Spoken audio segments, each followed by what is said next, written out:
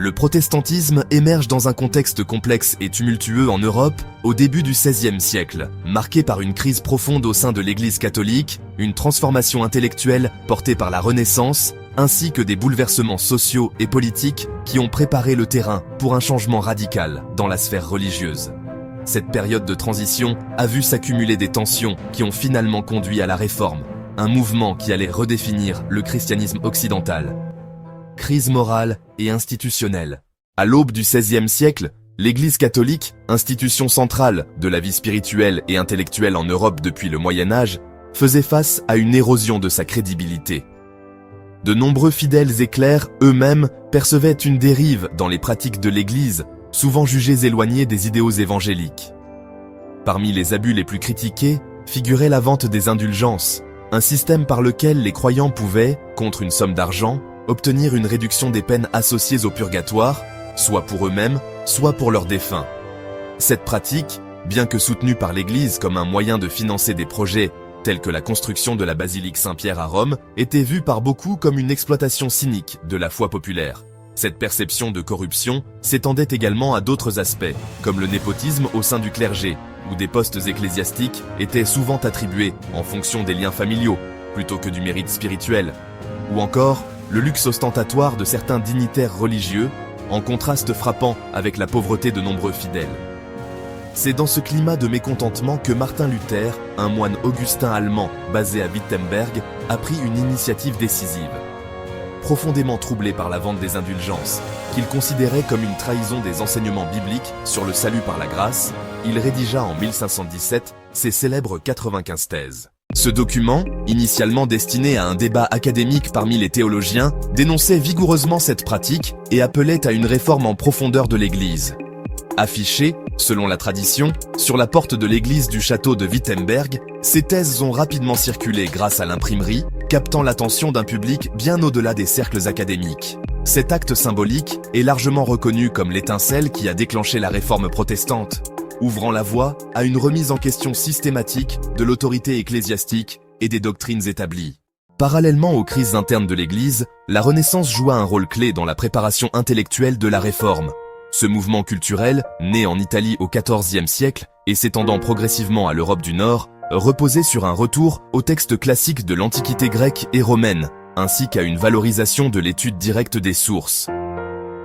Dans le domaine religieux, cela se traduisit par un regain d'intérêt pour les textes bibliques originaux, écrits en hébreu, en grec et en araméen, plutôt que pour les interprétations médiévales souvent filtrées par la tradition latine.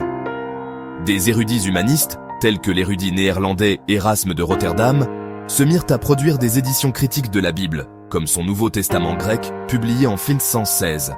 Ces travaux permettaient une lecture plus directe et personnelle des Écritures, révélant parfois des divergences avec les enseignements officiels de l'Église catholique. Ce renouveau intellectuel encouragea une approche plus rationnelle et critique de la foi. Les penseurs de l'époque, influencés par l'humanisme, prônaient une religion fondée sur la compréhension personnelle des textes sacrés, plutôt que sur une soumission aveugle à l'autorité ecclésiastique. Cette idée de retour aux sources trouva un écho particulier chez les futurs réformateurs, qui y virent une opportunité de purifier la pratique religieuse en se basant exclusivement sur la Bible. L'accès accru à ces textes, combiné à une soif de connaissance, sema les graines d'un mouvement qui remettait en cause les hiérarchies établies et valorisait l'interprétation individuelle, un principe qui deviendrait central dans le protestantisme. Les transformations sociales et politiques de l'époque ont également joué un rôle déterminant dans l'émergence du protestantisme.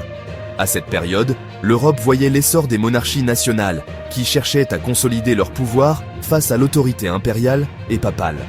Dans le Saint-Empire romain germanique, une mosaïque de principautés, duchés et villes libres, les princes locaux voyant dans la Réforme une occasion de s'émanciper de l'influence de Rome et de l'empereur. Soutenir les idées de Luther ou d'autres réformateurs leur permettait de renforcer leur autonomie politique et de s'approprier les richesses ecclésiastiques comme les terres et les biens des monastères, souvent confisqués lors de la Réforme. Un autre facteur décisif fut l'invention de l'imprimerie par Johannes Gutenberg dans les années 1450. Cette révolution technologique permit de produire des livres à grande échelle et à moindre coût, rendant les idées accessibles à un public beaucoup plus large qu'auparavant. Les pamphlets de Luther, Ses traductions de la Bible en allemand, ainsi que les traités théologiques de ses contemporains, se répandirent comme une traînée de poudre à travers l'Europe. Cette diffusion rapide des idées réformatrices mobilisa des couches sociales variées, des érudits aux artisans, et créa un mouvement collectif difficile à contenir. Les princes qui soutenaient la réforme purent ainsi s'appuyer sur une opinion publique favorable pour justifier leurs décisions, tandis que les réformateurs trouvaient dans cette technologie un outil puissant pour propager leur message. Ces trois dimensions, crise morale, renouveau intellectuel et évolution politique, ne fonctionnaient pas isolément, mais s'entrecroisaient pour amplifier l'impact de la réforme. La critique des abus de l'Église trouva un appui dans les outils intellectuels de la Renaissance, tandis que les ambitions politiques des princes trouvèrent un écho dans les aspirations populaires alimentées par la diffusion des écrits réformateurs. Ensemble, ces forces ont créé un environnement propice à une rupture avec le catholicisme traditionnel, ouvrant la voie à la naissance du protestantisme comme mouvement distinct, diversifié et durable.